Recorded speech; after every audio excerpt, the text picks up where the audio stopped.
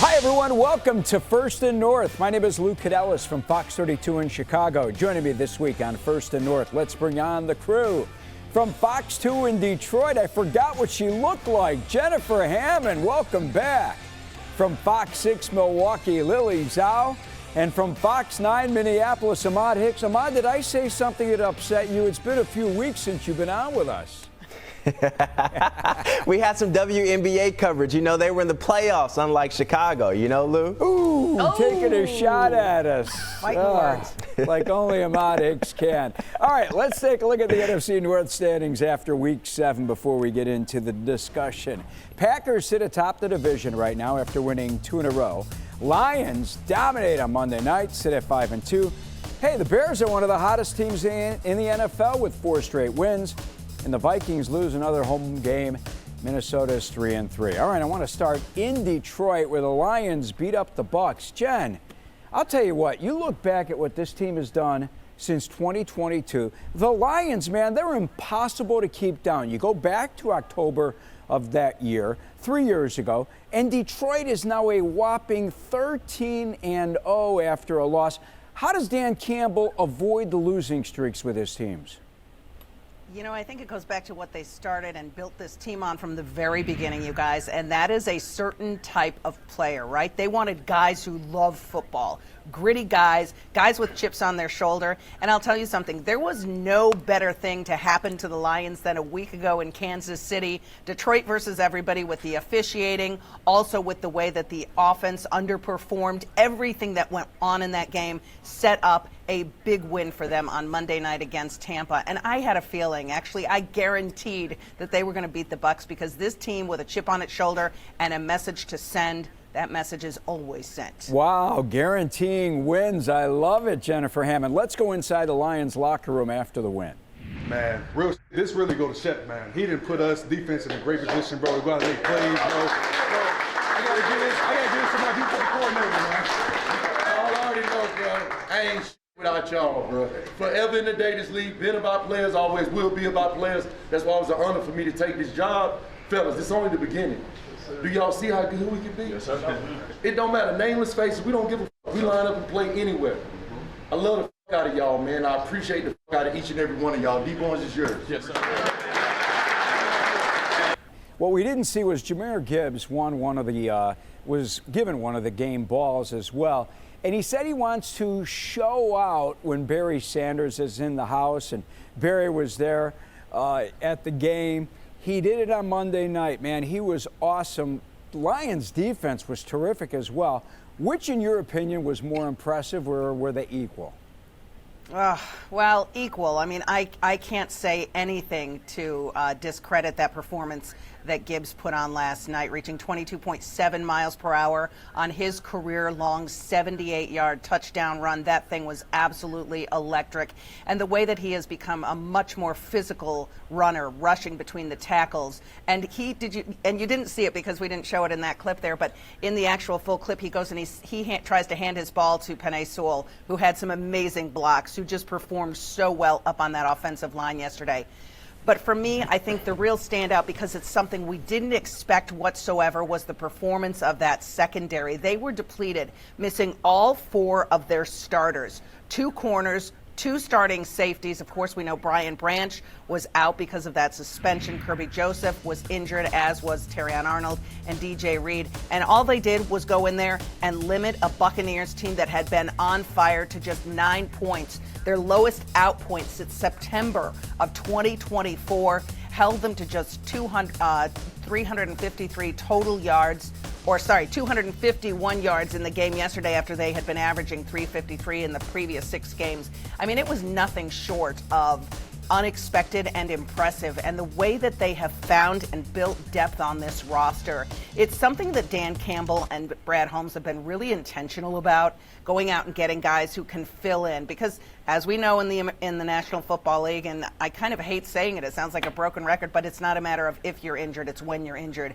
And they have really struggled trying to fill some of those gaps on the back end of the defense over the past seasons. Yesterday, that was not an issue at all. When you've got guys like Whiteside, Millette, Harper, Hallett, and let's not we can't even overlook Amik Robertson. He started the season as the nickel corner, and he has been just a dog and a leader.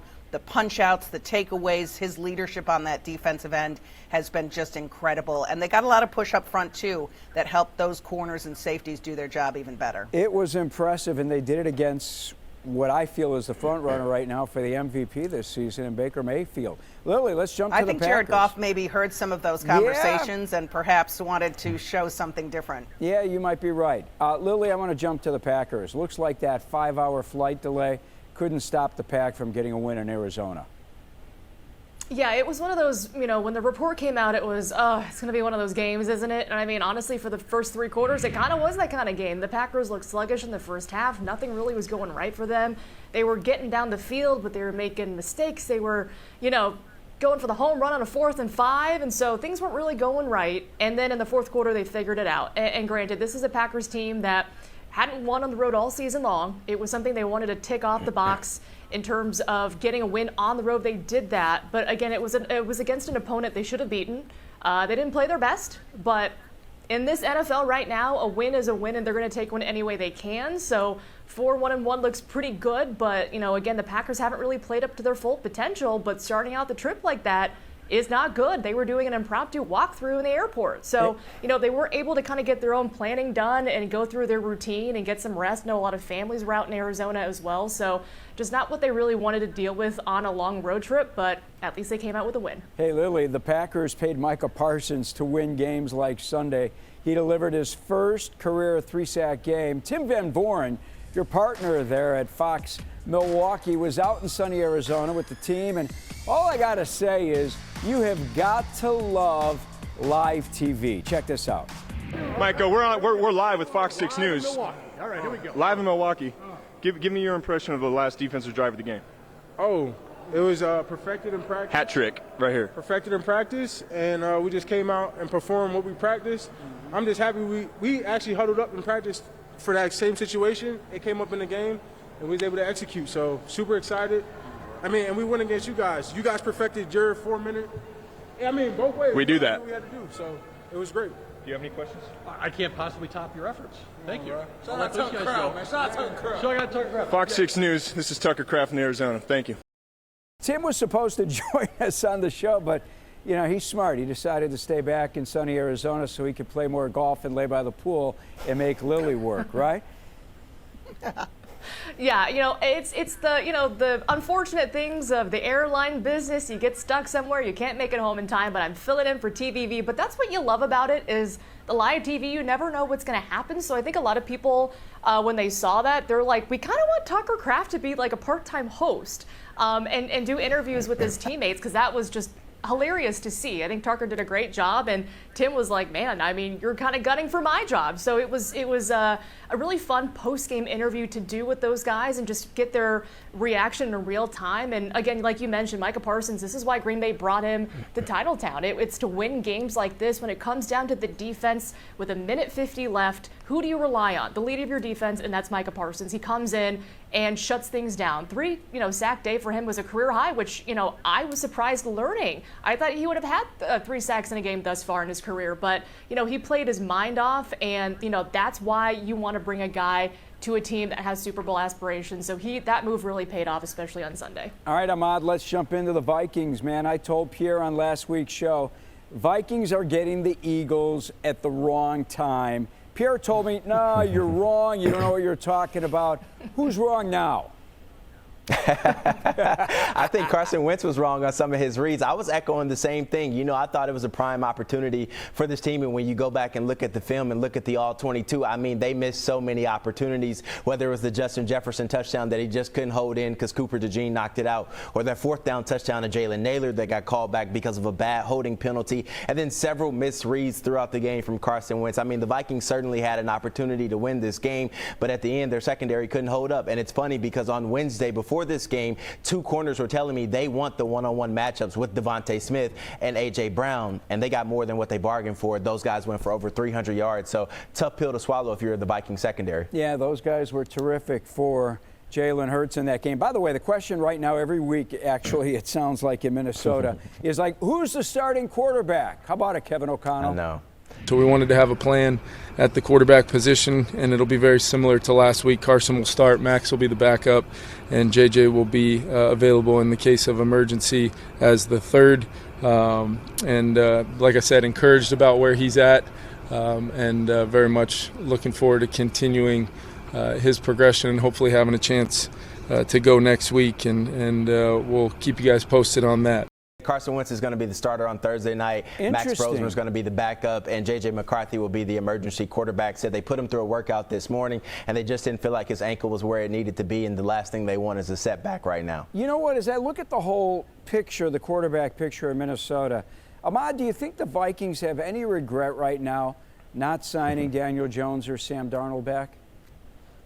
Look, I know they tried to get Sam Darnold back, but they couldn't afford to pay him that, because if you afford to bring Sam Darnold or pay Daniel Jones or bring in an Aaron Rodgers like they were entertaining this offseason, the problem was still up front. It didn't matter who played quarterback. They weren't blocking for him the last couple of years. So I think everyone has talked about that when they look at the success Daniel Jones is having in Indianapolis and Sam Darnold's success in Seattle. But the moral of the story is you got to be able to stop the run. You got to be able to protect your quarterback. And those are two areas that they addressed this offseason. So all they need is a competent quarterback to come in, be healthy, and just go through Kevin O'Connell's reads and get the ball out to his playmaker. So yes, while you look at these numbers, you're like, gosh, I wish we had one of those guys. You got to think about the other side. If you have one of those guys, you probably don't have a Javon Hargrave or a Jonathan Allen. You probably don't have a Will Fries or a Donovan Jackson or a Ryan Kelly at center. So it's like we can play the woulda, coulda, shoulda game, but if one of those quarterbacks was back here, there would be other holes on this team as well. Well, I got news for you. If you don't have Hargrave and Allen, you don't win that first game here in Chicago against the Bears. And speaking of the Bears, right now they are 4-2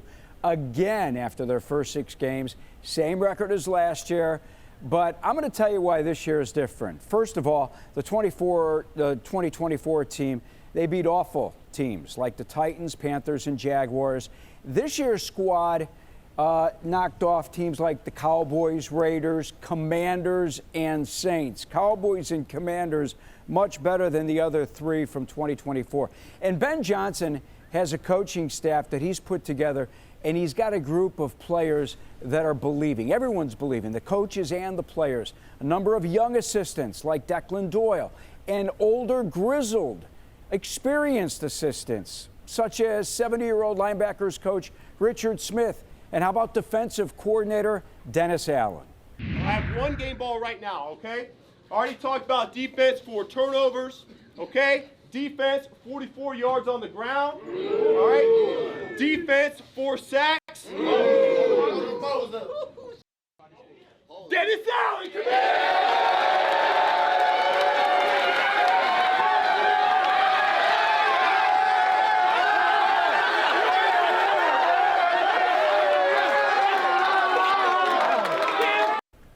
Yeah, Allen fired after Week 9 last year in New Orleans as head coach, embraced here in Chicago now as defensive coordinator. Ben Johnson would not allow his players to have a letdown game against the 1-5 Saints. He said, letdown, not in my vocabulary. He was also honest the day after the win over the Saints.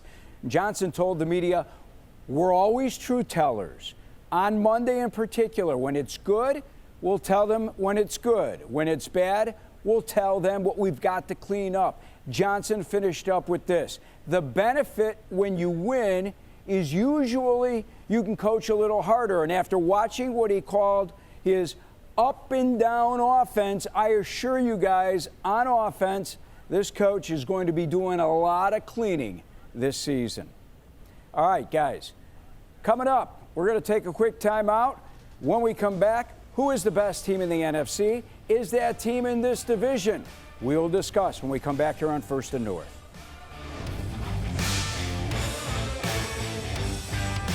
Shohei Ohtani and the Dodgers take on Vlad Jr. and the Blue Jays. Game 1 of the World Series, Friday on Fox.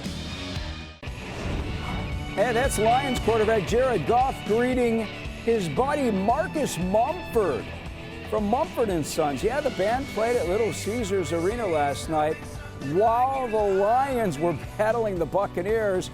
But Mumford & Sons didn't hit the stage till 9, so Marcus said, what the heck, I'm going by Ford Field to see my first NFL game. How about that? That's a great sight. Lou Canellis back at our Fox 32 studios in Chicago. Jennifer Hammond is at Fox 2 in Detroit. Hey, Jen, did you have a chance to meet Marcus Mumford?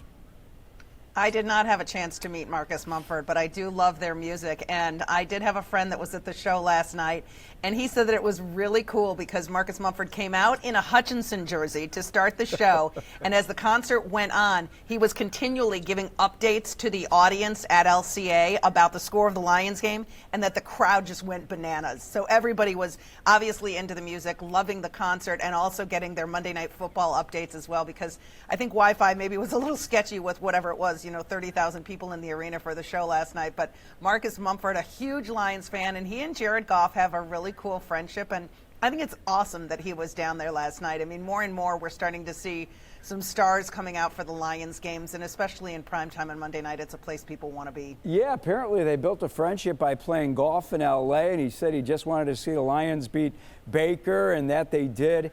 And that's the beauty of Detroit. You can go to Ford Field and walk to Little Caesars Arena in a couple of block walk and be there in 10 minutes. Yeah, it's just 3 blocks. Yeah, it's awesome. I mean, the downtown district in Detroit is phenomenal with Ford Field, Comerica Park, Little Caesars Arena, all of it just within walking distance. It's really lighting up. Ahmad, maybe the best football stadium in the NFL is where you get to watch your Vikings.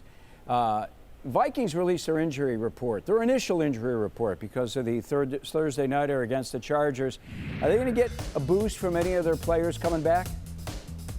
Yeah, the only one that you're probably looking at is Andrew Van Ginkel. I do know they opened up the practice window for Aaron Jones. He told me after this most recent game that he's ready to go. He's just waiting on the team to kind of clear him. So I think they will get a boost from the running back position. It's not listed up there. I know Xavier Scott was the backup. He injured his wrist, but I think Aaron Jones will kind of step back into that lead back role, kind of help open up this offense a little bit, give them that receiving threat out of the backfield. But the one everyone's circling is Andrew Van Ginkel, because as you've seen in the past games, they've just had a little bit of trouble getting the quarterback on the ground. Jonathan Grenard told me after the game, I'm getting there, but I have to finish the plays. It's inexcusable right now. So if Andrew Van Ginkel comes back, that's certainly a big boost for this defense. And we know how good Justin Herbert is. Lily, Packers through 6 games right now, 8th in the NFL in points per game.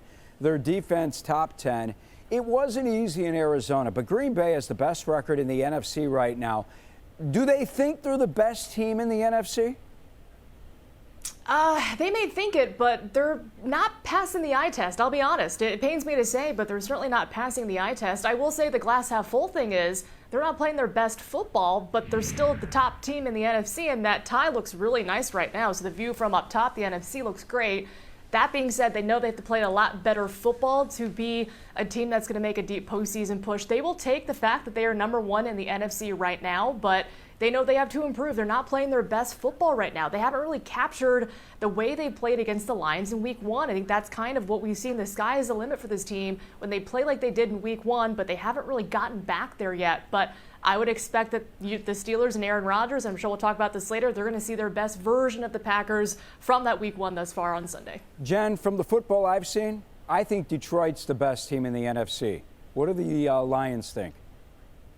Well, I think the Lions believe that they have a chance, but at the same time, like Lily was saying, they know they have not played their best football yet. They certainly played very well on the road at Baltimore, but as we've seen, that team has slipped, so perhaps that was maybe a little bit more of a mirage. But the Detroit Lions have not even begun to peak. Their defense played excellent last night, but the offense, 24 points, is nowhere near what this team is used to putting up. They were averaging 35 points per game before they came in against Kansas City and really struggled to move the ball. But at the same time, if they can win ugly and continue to win, they love this whole approach and mindset that they have. Any team, anyone, anywhere, anytime. Because they have shown now that they can go without 4 starters on defense and still are able to handle the opponent and really dominate on that side of the ball. And I think that the Detroit Lions maybe not only are the best team in the NFC, they could be one of the top 3 teams in the NFL right now. Their point total just slightly behind Dallas in the NFC, but they will get the Dallas Cowboys here on their field. They will also get the Green Bay Packers again on Thanksgiving here on their field. So we're going to see some really amazing battles. And after they come off this bye, which comes at a perfect time to heal up their injuries, they're going to have Minnesota in their house, and I think things are setting up very well for a great November for the Lions. Well, they've got to come here. We're not going there again because we know what happened in game 2 when the Bears got their doors blown up. And it's going to be cold. Yes, it is. We hope so. Hey, Bears aren't the best team in the NFC. We know that. But are they the most improved, at least through 6 games? I'm saying this even though they have a 4-2 record, just like they did last season, and we know what happened to last season's team that lost 10 in a row. Bears won the 4th game last year, and Caleb was at his best. He threw 4 touchdown passes, 226 passing yards. He ran the football well, terrific passer rating. His passer rating was half as good against the Saints this week. It was his first game this season without a touchdown pass. He didn't throw for 200 yards. He was inaccurate, didn't run with the football like we have grown accustomed to seeing him run with the football, and he should have a few times. Botched a couple of snaps with his center. Speaking of Drew Dahlman, who took full responsibility for the botched snaps, he was part of an offense that was flagged 6 times, 5 pre-snap penalties. 5. It wasn't good. But I have the feeling that this is really going to get cleaned up under Ben Johnson. He's assured everyone who will listen that his team is going to be playing its best football come December. And if guys aren't, he's going to find players who will. He promised to fix the run game, 222 yards against the Saints. Promised to fix the run defense. They gave up only 44 yards to New Orleans, 4 yards a carry to Washington. I have full trust in Ben Johnson. Ahmad, big story in Minneapolis, and this one's bothersome. It's about the racist comments Isaiah Rodgers received after the loss to the Eagles. Have you personally talked to Rodgers, and how's he handling all this? Yeah, you know, he received some messages after the game, some unfortunate messages on social media, kind of talking about calling him out of his name, you know, saying some racial slurs and whatnot. There's things that you shouldn't see, you know, in your direct messages, even if you have a bad game and whatnot. So it's very unfortunate. But as Isaiah Rodgers said, this is not the first time that this happens. And when I posted the messages on social media, a lot of people were like, wow, they were kind of like dumbfounded that someone would send this. But I had to tell them, like, players receive these type of messages all the time. Black players, that is. I hear about it all the time. I've had friends that play in the National Football League that have received these messages. It's really unfortunate that people would stoop that low and go message a player just because they had a bad game or just because they lost a parlay or whatnot. So, you know, you hate to see stuff like that. I'm glad Isaiah Rodgers called him out. I really wish that Isaiah Rodgers would have posted that guy's picture or his face, you know, and his name so people can know who he is, so his employer could relieve him of his duties from that job, or, you know, whatever school he went to could reprimand him and suspend him or something like that, because I don't think that you should give racists a break. I think if you're going to be racist, blatantly racist like that, and message a player, you should be called out for it. You should be fired for it. You should be held accountable. And I think so many times things like this just go unpunished, and it's unfortunate because people like that continue to do it, and there's plenty of other people like that. So that doesn't like make up the entire Vikings fan base, but very unfortunate that Isaiah Rodgers had to answer to that, and a lot of other players and other sports have to answer to that after bad games. It's really unfortunate. Ahmad, well said. We need to take our final time out. When we come back, we're going to preview Week 8 around the division next here on First and North.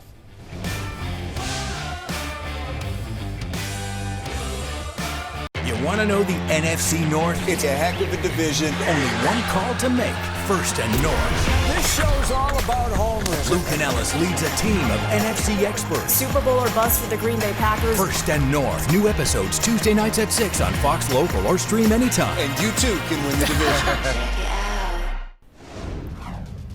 Here are the matchups for Week 8 in the NFC North. Thursday night, short week for the Vikings. Take on the Chargers and their high-powered offense. Sunday, Bears hit the road, head to Baltimore against the Ravens, who may or may not have Lamar Jackson back.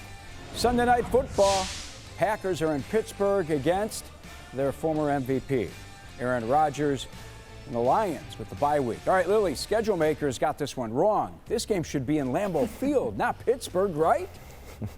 Oh, absolutely, Lou. I mean, can you imagine the camaraderie, all the excitement building if Aaron Rodgers was back in town for the first time playing the Packers in Green Bay? I mean, it would just be simply electric. But alas, it will happen in Pittsburgh. So it'll still be a good time, but you're not going to get, everything that's, we would expect in Green Bay with Aaron Rodgers' arrival in Pittsburgh. But that being said, I think it's a game that everyone has had circled on their calendar for a long time. Aaron Rodgers' first game against the Green Bay Packers. And so, this week is going to be a lot of talk about that game and his emotions going into it, the Packers' emotions going into it. And I'm just excited to see how this one plays out. I think a lot of narratives will be Jordan Love, obviously, versus Aaron Rodgers, and who will be the best quarterback on the field on Sunday night. So, guys, I'm very much looking forward to this game, but yeah, I'm kind of bummed it's not in Green Bay. Yeah, I can imagine that the Packers, the last thing they want to see is this guy throw for 400 yards and 4 touchdowns. Matt LaFleur is just going to want to call it one game like any other game, but it isn't just any other game, is it?